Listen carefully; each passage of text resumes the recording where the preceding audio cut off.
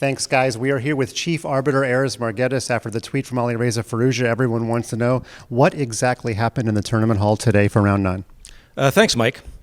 So about just over an hour into the round, we have a bit of an old building here, and so the floors are a bit creaky. The players are used to that.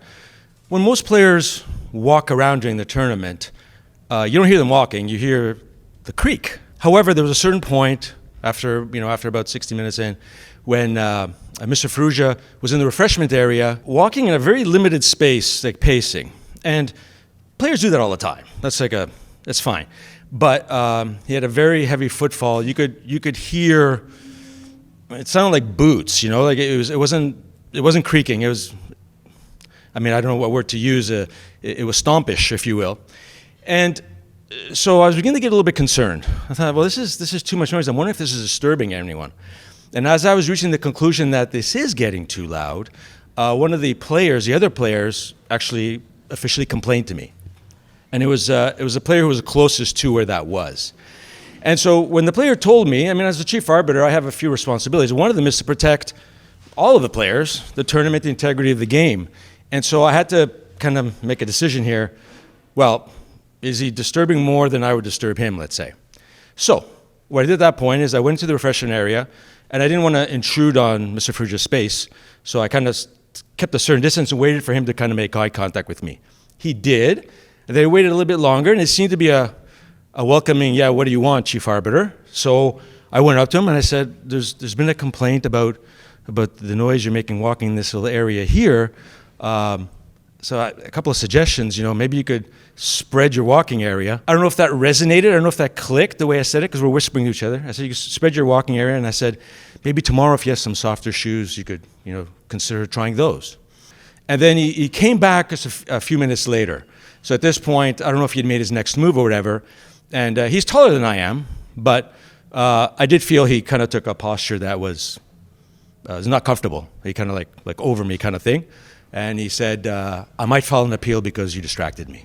And finally, at the time of me talking with you, it's about 2 hours after his game. Has he filed any sort of appeal? I don't think he's filed an appeal. I think he's considering or has filed an official complaint. I don't know. I've heard of there's stuff on Twitter. I'm not like a Twitter guy, so I won't be responding. This is my response. The player who complained did not complain again. Nobody else complained afterwards. Are you able to name the player that complained? Oh, sure. Nijad Abbasov, sorry.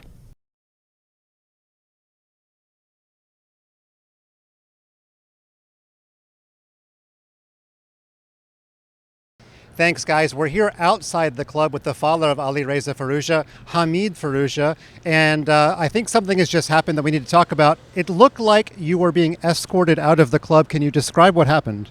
Yes, from the beginning of the tournament, they made technical meeting. In the technical meeting, I talked about cheating. We talked about the cheating.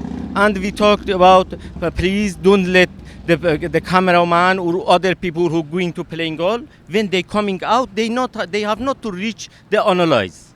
This was I told, please not let them to reach the analyze. They have to be isolated.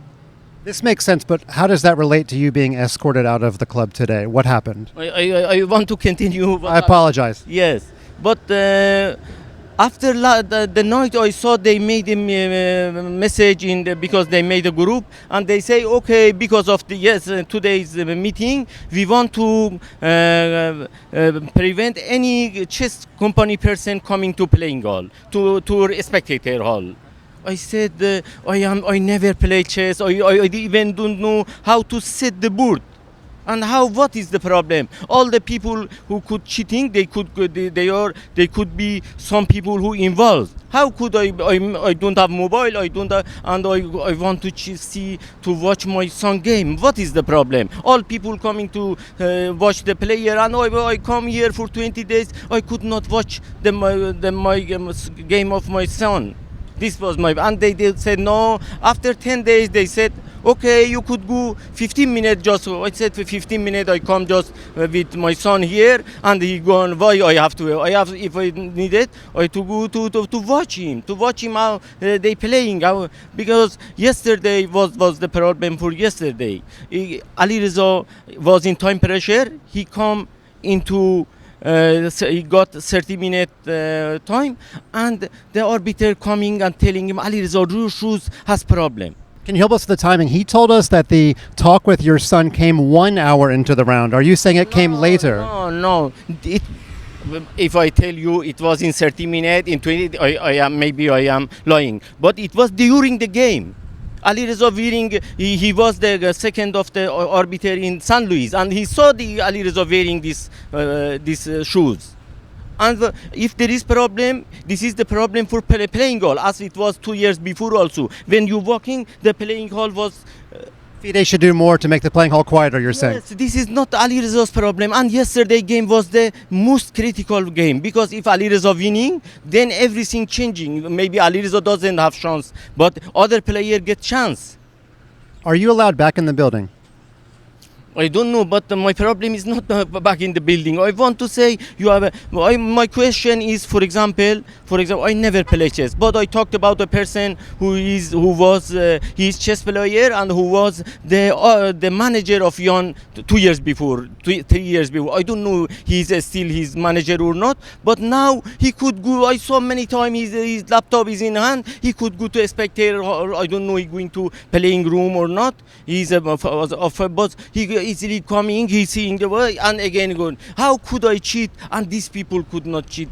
Right, there's different access levels, and I can see on your badge there for players team that you have actually less access than media. All right, well, we thank you, Hamid Firouzja, the father of Ali Reza. We are out here on the sidewalk. It's a developing situation, but right now, very emotional, and we'll get back to you. I want to add something. Last night, Ali Reza told me, Dad, I don't want never to play chess. I said, Ali Reza, this is the problem for organizer. This is the problem. Why you were crying? And for this reason today, I said, okay, I have to do something. Is he thinking of leaving the chess world? Because he said, okay, why I have played my best chess. I have gone in the best situation. My game was the most important game in the tournament, and finally it happens. Thanks, guys. We heard from Ali Reza's father on the street. Now we're here with Grandmaster Pavel Tregubov, who is serving as the technical delegate to this tournament, and he's got some other information on what exactly happened with Ali Reza's father just a few minutes ago. Can you tell us what happened and what led to the incident? Well, we should start with the technical meeting. I think this is the point of depart. So some players expressed their concern about the fair play measures, which is quite natural because we announced that spectators will be allowed in the playing venue, and they came up with the proposal to prohibit completely the players' team members to attend the event. Coaches and family members. Yeah, all accompanying persons. Yeah. Hamid Reza complained about this during the second round. He was the only one to complain, by the way, from all players' teams. And I promised him to reconsider this rule later on. And indeed, after round 7, everything, seemed to be settled, and we decided to reconsider this and allow, finally, after consultation with the fair play team, we decided to allow team's member access during the first 15 minutes. So you relaxed the policy specifically because he requested it. He was the cheerleader of relaxing this policy. Yes, exactly. You were offering them 15 minutes of access for 3 rounds, today being one of the rounds. Right. And what did Ali Reza's father do today? As far as I know, he didn't use this opportunity. Definitely not for round 8. I asked him why, because it was actually done specifically for himself.